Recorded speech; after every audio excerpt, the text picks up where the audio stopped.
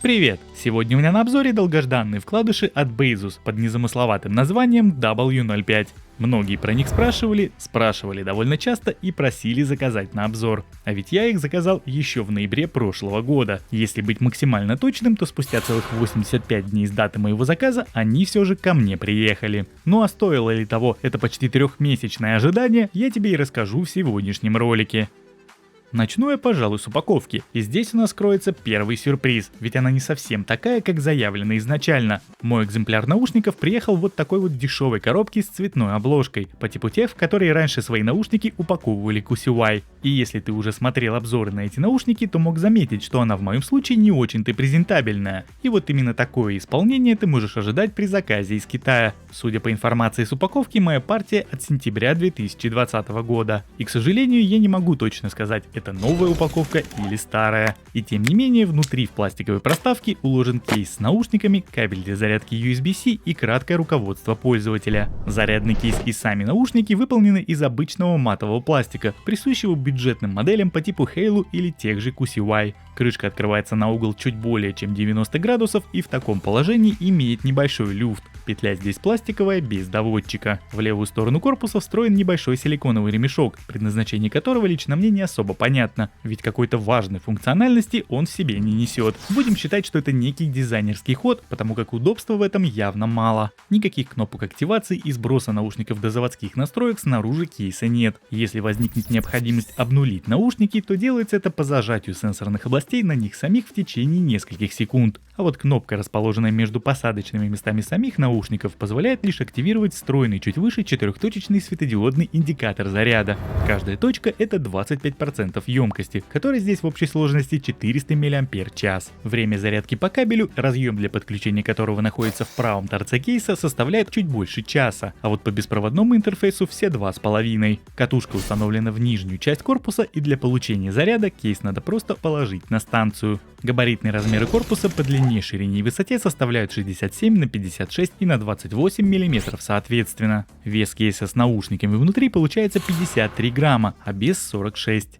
Что же до самой гарнитуры, то перед нами самые что ни на есть классические вкладыши со стандартным положением звуковода. Несмотря на то, что ножка сделана из матового пластика, звуководы здесь наполовину глянцевые. На самом деле задумка хорошая. Наружная матовая часть немного препятствует самопроизвольному выскальзыванию наушника из уха, а внутренняя глянцевая не будет собирать на себе много грязи. За счет своей относительно тонкой ножки сама посадка в этих наушниках мне напомнила таковую во вкладышах Feel CC, но это только посадка, ничего даже близкого к Feel по остальным параметрам здесь нет. Сенсорные области для управления функциями мультимедиа здесь выделены специальными углублениями, и вот чем эти наушники могут управлять. Двойной тап только по правому наушнику во время воспроизведения музыки отвечает за плей-паузу, а вот левый наушник двойным касанием вызывает голосового ассистента. Как по мне, решение довольно странное, ведь это крайне неудобно, совершенно непонятно, зачем было делать именно так. Помимо всего прочего, во время телефонного звонка, тапнув дважды по сенсору, можно ответить на вызов или положить трубку, но здесь на данное действие способны уже оба наушника.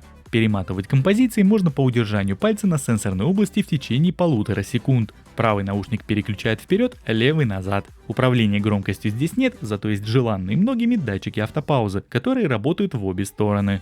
За передачу звука в наушниках отвечает два аудиокодека на выбор, это AEC и SBC, а вот само звучание обеспечивает 10-мм динамические драйверы. Такой размерчик для вкладышей немного маловат, но к моему великому удивлению уровень максимальной громкости здесь очень приличный. Я бы даже сказал, что по громкости они не уступают наушникам QCY T8S, но вот по звуку однозначно отстают. В Baseus W05 звучание совершенно обычное, оно не такое уж прям плохое, но признаться и ничего выдающегося я из этих наушников так и не услышал. Скорее всего, именно из-за наличия на борту не самых больших излучателей, звук в W05 очень скован по басу и внезапно по высоким частотам, коих обычно всегда хватает во вкладышах. А вот средних здесь больше обычного. Таким образом, частоты особо не перемешиваются, потому как попросту здесь и нечему конфликтовать. И если брать всю частотную картину в целом, то уровень звучания в этих наушниках я бы назвал средним. Помимо всего прочего, в каждом наушнике установлен аккумулятор всего лишь на 30 мАч, и хорошей автономности, как ты понимаешь, ожидать от такой емкости не приходится. На 100% громкости в моем тесте наушники отыграли всего лишь 2 часа и 14 минут. Учитывая довольно стандартный максимальный уровень этой самой громкости в сравнении с аналогичными моделями, могу сказать, что это определенно очень мало. Ну а теперь я предлагаю тебе послушать, как отрабатывают микрофоны в этих наушниках.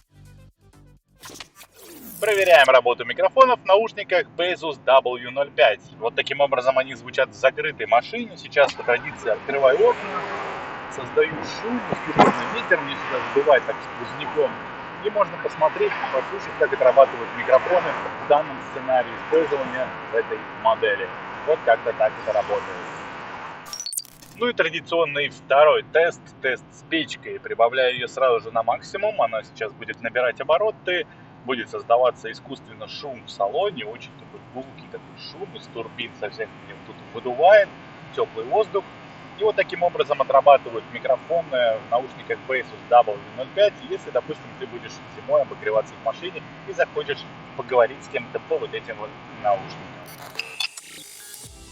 Сопряжение наушников со смартфоном происходит по изъятию их из кейса. Интерфейс работы Bluetooth версии 5.0. Производителем гордо заявлено независимое подключение, но вот сколько бы я ни пытался, я не смог подключить попеременно каждый наушник отдельно. Достаешь первый, все хорошо, подключается. Кладешь назад, достаешь второй, и на этом все. Кладешь его назад в кейс, достаешь снова, и тогда он только подключается. Пробовал на 3 смартфонах, и картина одна и та же. Как мне кажется, независимое подключение должно работать несколько иначе.